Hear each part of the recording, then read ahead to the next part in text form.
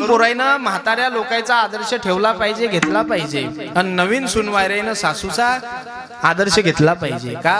कारण या जुन्या लोकांना खायला पोटभर नव्हतं, पायात चप्पल नव्हती, अंगात घालण्याकरता बनेल नव्हतं, तरी सुद्धा राबून हाडाचे काळे केले, रक्ताचं पाणी केलं, रात्रीचा दिवस केला आणि मुलांसाठी कष्ट काभाळ करून कमवून ठेवलं. मी विचारतो तुम्हाला, जर बुडाबुडीनं म्हाताराईनं असं केलं असतं, एक एकर इकलं, म्हातारी गोव्याला फिरायले, तर आमच्या हिशार काय राहिलं असतं? काहीच नसतं राहिलं. म्हणून त्या लोकांचा आदर्श ठेवला पाहिजे बुवा. तुम्ही पहा, जुन्या लोकांचा अनुभव आहे, अनुभवान ते सांगत असतात. एक म्हातारे बाबा अनुभवान त्याच्या पोराला सांगत म्हणत, पोरो, आमच्या वेळेस जेव्हा लग्न झालं आणि नवीन सून वायरी जर घरामध्ये आली, घरात जर मोठे लोक असले तर त्याच्या देखत पती पत्नी एकामेकाशी 6-6 महिने बोलत नव्हते. खरं आहे का हे? होतं का असं जुन्या काळात? कारण ते त्यावेळेची काय होती? मर्यादा होती.